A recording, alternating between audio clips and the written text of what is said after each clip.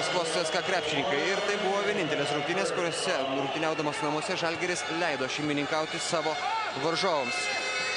Ir Olympiakos komanda yra taip pat ekipa, kuri labai sėkmingai žaidžia namuose, tuo tarpu visus savo pralaimėjimus graikų klubas patyrė išvykose. Pralaimėjo Olimpijai, pralaimėjo Sienos Montepaschi, Vitorija Sau Ceramikai ir praėjusią savaitę Sopoto Prokom Trefl komanda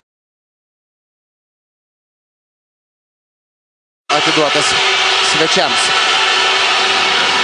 Tiesiog iš tikrųjų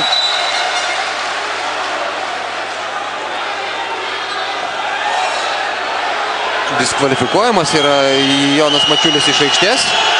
Ir diskvalifikacinė pražanga Jonui Mačiuliui.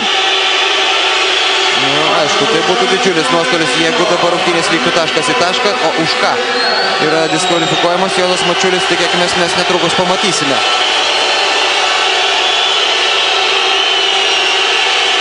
Ir turi palikti aikštę.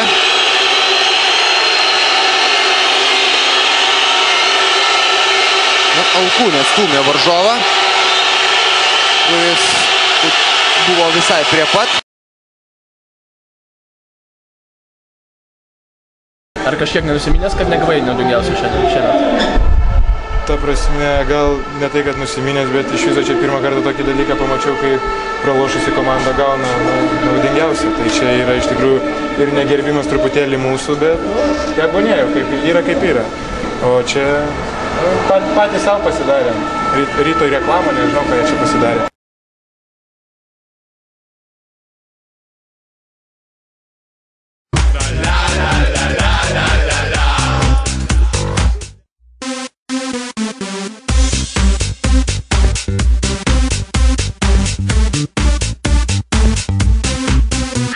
Šitas pederastas man labai patinka, aš norėčiau būti jam už šeimininką.